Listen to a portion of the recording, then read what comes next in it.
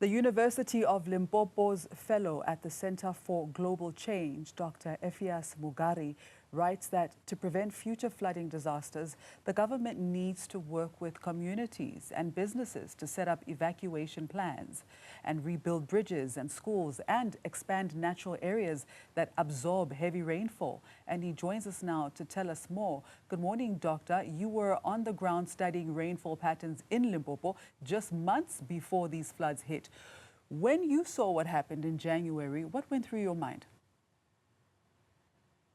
Thank you, and good morning to your viewers. It was a bit interesting because we had done a study, our 2024 study, to link flooding episodes. We focused on Vembe district to try to understand what could be causing the flooding events in 3 different villages, and we chose a rural village, then an urbanizing village, and also a very urban village. So we found that there were changing patterns of how the rain is falling. For instance, number of days it rains continuously have increased, and also more intense rainfall is falling within a short space of time. Events such as you're receiving at least 40 millimeters per day are also more common.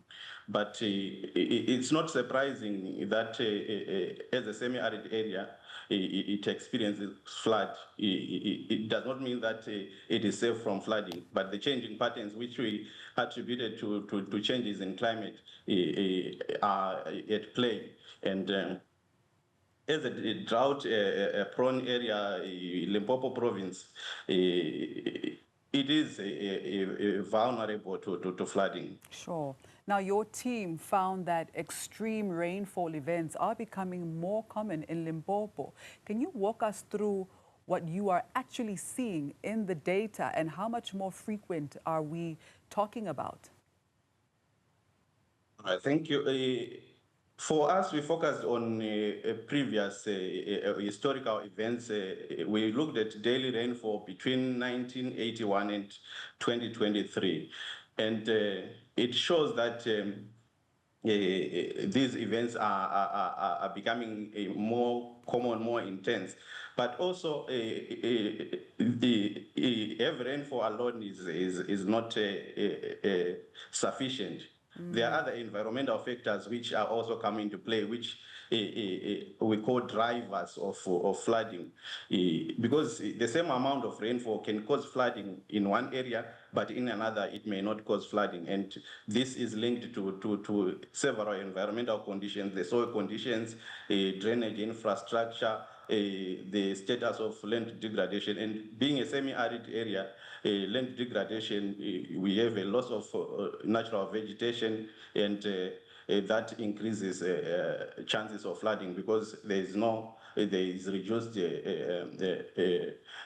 role of natural vegetation in regulating excess water, and it runs off. So, Doctor, you speak about extreme rainfall becoming more common. Can you explain what that means for everyday families and how it changes the way that we should prepare? What it means is that when we remember Limpopo is a semi-arid area, it receives average rainfall which fluctuates between 400 and 600 millimeters, maybe in an entire season for a farmer. But we are saying that rainfall is falling on fewer days. So when it used to be distributed evenly throughout the season, at times we receive intense rainfall within a few days, or it rains continuously, maybe as we realized, as we observed recently, it has been raining maybe since late December, first week of January, and the soil got soaked up. So any extra rainfall meant that it could not be absorbed further by the soil. So that is what is happening. Even in a drought area, the more it stays without raining, soil becomes compacted. So when it rains, the soil cannot soak in more water. So those are other dynamics which are at play at the local, and this affects mostly those who depend on soil, especially farmers, because once it rains like that, crops are destroyed, and whatever investments they would have made, livestock are washed away. So these are some of the losses Sure. which they end up here. Now, when President Ramaphosa toured the area, he said 36 houses in one district were wiped out from the face of the earth. You've said that the impact was worsened by poor infrastructure. What exactly failed here?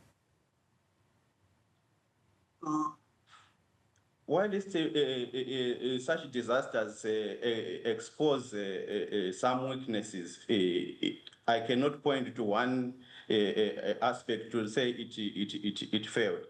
For starters, let me compliment the South African Weather Service. It has been issuing early warning, impact-based early warning, but also let's remember, while that aspect is important, the forecasting, how that information reaches the community is what is at stake here. Why? Because remember, early warning system involves many aspects which must translate into local action. But if the information reaches the local community, but there are no actions in place, where to go, what shelters are there, whether they are safe or not, it makes a difference, and it results in people being stuck where they are, and at times they end up losing property and even losing their lives. So this was a bit unusual because this was excessive rainfall, and it will expose some weaknesses in the preparedness, and at times there's little one can do to avoid such. Sure. Now, Dr. Mugari, before we let you go, all of this requires coordination between government, businesses, and communities. Now, based on your research and experience, what is the biggest obstacle to getting these groups to work together, and how do we overcome it? From my experience in Limpopo, I'm glad to mention that there is already a platform, the Limpopo Provincial Disaster Management Advisory Forum, where various stakeholders meet to discuss and plan for such activities. And I'm happy that I've also contributed to some of these engagements. But at times, plans may be in place, but without adequate funding, then the plans cannot be implemented. Even if the evacuation plans are in place, but if there are no resources to ferry those who are in low-lying areas to safer places, at times it becomes difficult. So once there is funding, adequate funding, then I think these plans, and even the planning process itself, requires funding. Evacuation drills in the community to conscientize them, and also to make sure that they understand what needs to be done when a flood like this or any other disaster like this, then it becomes difficult to have all that in place without adequate funding. But otherwise, I'm happy that stakeholders have realized that without collaborating and working together, then it might not be possible to effectively address such kind of disasters. Doctor, thank you so much for your time this morning.